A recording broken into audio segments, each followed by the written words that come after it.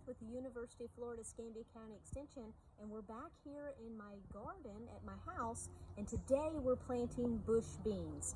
I have a new variety, or a nice variety here that's an heirloom called Cantari. It's a French variety I'm going to give a try, but if you're looking for these in our nursery, you can get one called Bush Blue Lake or Contender that'll really do well with you.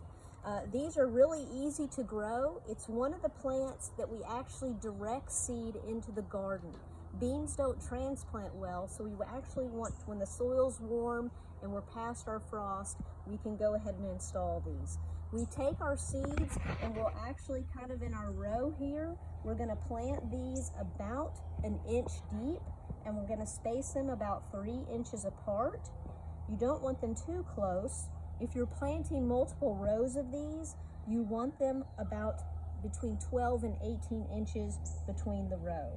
So I'm kind of setting them down. I'm going to get one a little too close at the end, but that's okay. And then I'm going to kind of press them down and cover. The good thing about bush beans is they're going to be ready in about 50 days. So it's not a long crop to wait for harvest. It's going to have a nice bloom on it, and then we start looking for the pods. We really don't want the pods to completely fill out. We want a tender pod and just a little bit of a bulge, and then we'd start to harvest those.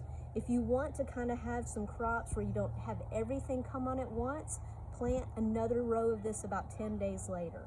The key right now is to make sure that this is kept moist. I'm a hand waterer.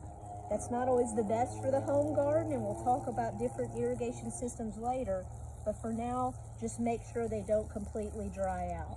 And finally, if you're planting more in the garden, make you a stake with the date, put it where your row is, and then that way you know what's coming up, because sometimes we forget what we put in if we're growing from seed.